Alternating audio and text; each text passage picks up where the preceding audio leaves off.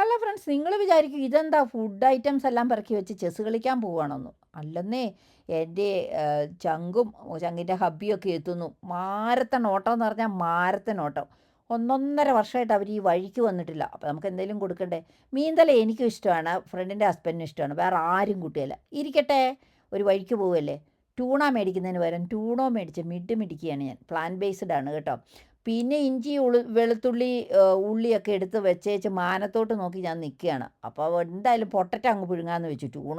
ട്യൂണായാലും cutlet ഉണ്ടാക്കണമല്ലോ. കോഴിയാണെങ്കിൽ നോക്കിയപ്പോൾ ഇഷ്ടം പോലെ മുട്ടയിട്ട് വെച്ചിരിക്കും. എന്നാൽ മുട്ട പുഴുങ്ങാം. അങ്ങനെ നമ്മുടെ പൊട്ടറ്റോ ഒക്കെ വെന്ത് നല്ല സൂപ്പറായിട്ടിരിക്കുകയാണ്. അപ്പോൾ കുറച്ച് ഗോതമ്പ് പൊടി എടുത്തിട്ട് നമ്മൾ ചപ്പാത്തി ഉണ്ടാക്കാൻ പോവുകയാണ്. എൻ്റെ ഭർത്താവ് എൻ്റെ ചപ്പാത്തി കണ്ടിട്ടുണ്ടെങ്കിൽ ആഫ്രിക്ക, അമേരിക്ക, ഉഗാണ്ട എല്ലാ ഷേപ്പും വരും കേട്ടോ. പക്ഷേ ലുക്കില്ലേലും രുചിയുണ്ടെന്ന് ഞാൻ തന്നെ അങ്ങ് പറയുകയാണ്. ആയിക്കോട്ടെ, അങ്ങനെ കണ്ടോ, അമേരിക്ക പോലെ ഒരെണ്ണം അങ്ങോട്ട് ഉണ്ടാക്കി ഇട്ടു ഞാൻ.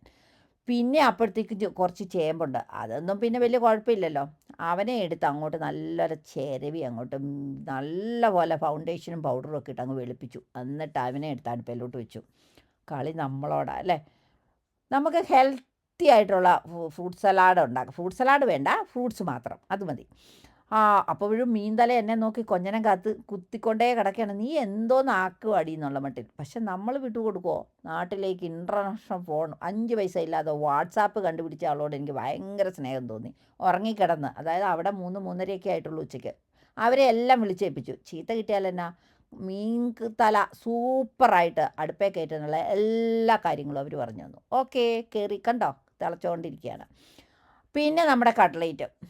എൻ്റെ കർത്താവേ, അപ്പോഴാണ് ബ്രെഡ് ക്രാംസ് ഇല്ല. അപ്പോൾ എൻ്റെ സിസ്റ്റർ പറഞ്ഞു, നീ ഒരു ശകലം ഓട്സ് ഇങ്ങോട്ട് എടുത്തിട്ട് വറുത്ത് പൊടിച്ച് ചെറിയ ലെയറായിട്ട് ഒരു കോട്ട് പോരെ. ഓഹോ, അതും അങ്ങോട്ട് ഉണ്ടാക്കി. നമ്മുടെ മുട്ട റോസ്റ്റ് അങ്ങനെ നോക്കി ചിരിക്കുകയാണ്. എൻ്റെ കർത്താവേ, എനിക്ക് ഗിന്നസ് ബുക്കിൽ എന്തായാലും സ്ഥാനം കിട്ടിക്കാണും. അതുകൂട്ട് ഓട്ടമാണ് ഞാൻ ഓടിയത്.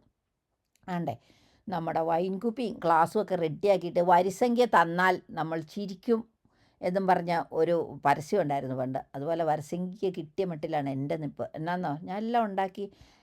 അതൊക്കെ കഴിഞ്ഞപ്പോഴത്തേക്കും ഉണ്ടല്ലോ, നമ്മുടെ ഗസ്റ്റിന് വേണ്ടിയിട്ടുള്ള സാധനങ്ങളെല്ലാം ഉണ്ടാക്കി ഇങ്ങനെ ഞാൻ കാത്തിരിക്കുകയാണ്. നോക്കിക്കേ, എൻ്റെ അമ്മച്ചി പറഞ്ഞിട്ടുള്ള ഓരോ കാര്യം കല്ലി കൊത്തി വെച്ച പോലെയാണ് കേട്ടോ.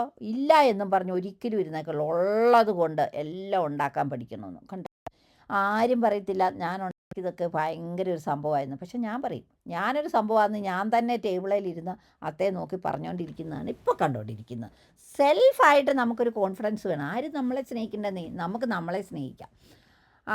അപ്പോൾ അങ്ങനെ അതൊക്കെ കണ്ട് നിർവൃതി അടയാണ്. നോക്കിയിരുന്ന് ചിരിക്കുക എന്നൊക്കെ പറയല്ലേ. അപ്പോഴത്തേക്കും നമ്മുടെ ഗസ്റ്റിങ് എത്തി കേട്ടോ. പക്ഷെ വന്നപ്പോഴത്തെ ട്രാഫിക്കിനെ കുറിച്ച് ആധികാരികമായിട്ട് വന്നു കയറി സംസാരിക്കുകയാണ്. റോഡ് പണി നടക്കുകയാണ്. റോഡ് പണിക്ക് ഇങ്ങനെ തടസ്സം വരാതെ, ഒത്തിരി താമസം വരാതെയും ഒക്കെ എങ്ങനെ എല്ലാം സോൾവ് ചെയ്യാമെന്നുള്ളതാണ്. എ ടു ഇസഡ് ഇങ്ങനെയുള്ള സമയത്ത് നമ്മൾ സോൾവ് ചെയ്യില്ലല്ലോ. കാര്യങ്ങളൊന്നും നടന്നില്ലെങ്കിലും അതൊരു രസമാണ് പറയുന്നതൊക്കെ. അങ്ങനെ എൻ്റെ ചങ്ക വലതുകാലി വെച്ച് കയറി വീട്ടിലേക്ക്. എനിക്ക് വയ്യ. കുറേ നാളുകൾക്ക് കൂടി വന്നതല്ലേ. കുശലാന്വേഷണത്തിൻ്റെ ബഹളമാണ് അവിടെ നടന്നുകൊണ്ടിരിക്കുന്നത്. പിന്നെ ഒരു ഫോട്ടോ സെക്ഷൻ ഉണ്ടാവുമല്ലോ. അങ്ങനെ ഫോട്ടോ സെക്ഷനൊക്കെ കാര്യമായിട്ട് നടന്നുകൊണ്ടിരിക്കുകയാണ് കേട്ടോ. എൻ്റെ ഡ്രസ്സൊക്കെ മാറി ഞാൻ ഓടി വന്നതാണേ. മീൻ്റെ മണമൊക്കെ പോകണമല്ലോ. പിന്നെ ആദ്യം തന്നെ വലിയ വർത്തമാനങ്ങളൊന്നും വേണ്ട. എനിക്കാണെങ്കിൽ അപ്പടി വിശക്കാനും തുടങ്ങിയിട്ടുണ്ട്. എന്നാൽ ഒരു കാര്യം ചെയ്യാം, നമുക്ക് വൈനും കേക്കെല്ലാം അങ്ങ് തുടങ്ങാം അല്ലേ. അങ്ങനെ നമ്മളുണ്ടാക്കിയ വൈനല്ലെങ്കിലും മറ്റുള്ളവർ ഉണ്ടാക്കിയ വൈനിനെക്കുറിച്ച് വളരെയധികം വർണ്ണനയോടുകൂടി അതങ്ങോട്ട് സെർവ് ചെയ്യുകയാണ്. നമുക്ക് പറയുന്നതിന് മുടക്കൊന്നുമില്ലല്ലോ. അങ്ങനെ അതെല്ലാം കഴിഞ്ഞ് ഞങ്ങൾ കേക്കും വൈനും ഭയങ്കര ആസ്വദിച്ചങ്ങ് കഴിച്ചു കേട്ടോ. പിന്നെ ഇത് മുട്ടയ്ക്ക് തുരുമ്പ് പറിക്കുകയാണ് കേട്ടോ. തൈരേ മുളക് ഇടിച്ചതിനകത്തോട്ട് ഇടുകയാണ്. നമ്മുടെ ചേമ്പ് തിന്നണ്ടേ, അതിന് വേണ്ടിയിട്ട്. ചെയ്യണ്ടെന്ന് പറഞ്ഞാലും ചെയ്യും, എന്നാൽ പിന്നെ ചെയ്തോട്ടെ. അങ്ങനെ അതൊക്കെ കഴിഞ്ഞപ്പോഴത്തേനും അതാണ്ട് നമ്മുടെ ആദ്യത്തെ കോഴ്സായ കട്ട്ലേറ്റ് വന്നു. അതിൻ്റെ വീരസാഹസികതകളെക്കുറിച്ചൊക്കെ ഞാൻ പറഞ്ഞു. അവരതൊക്കെ വിശ്വസിച്ച് കഴിച്ചു. 100-ൽ 100 മാർക്ക് അങ്ങ് കിട്ടി. ആ സബ്ജക്റ്റ് അങ്ങ് മാറ്റി വെച്ചു. അടുത്ത തലയും ഷേപ്പില്ലാത്ത ചപ്പാത്തിയും കൊടുത്തു. പക്ഷേ ഷേപ്പില്ലാത്തതിനെക്കുറിച്ച് പറഞ്ഞില്ല.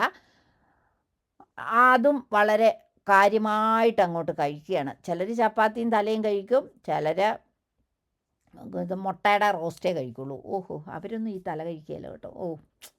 എല്ലാം കൂടിയ പാർട്ടീസാണ്. പോട്ടെ പോട്ടെ, അതിനെക്കുറിച്ച് നമ്മൾ ബോധർ ചെയ്യേണ്ട. ഇറച്ചി കഷ്ണം മുള്ളില്ലാത്ത മാത്രം കഴിക്കുന്ന പാർട്ടീസാണ്. അവർ അതും കഴിച്ചു. അപ്പോൾ എല്ലാവരും സന്തോഷമായിട്ട് തമാശയൊക്കെ പറഞ്ഞ് അങ്ങനെ പിരിയാൻ പോവാണ് കേട്ടോ. മാങ്ങാപ്പഴം ഉണ്ടേ അതൊന്നും തിന്നച്ചേ പോളൂ. പിന്നെ പോകുന്നതിന് മുമ്പ് ഷെയർ ചെയ്യണം, ലൈക്ക് ചെയ്യണം, സബ്സ്ക്രൈബ് ചെയ്യണം കേട്ടോ, മറന്നേക്കരുതേ.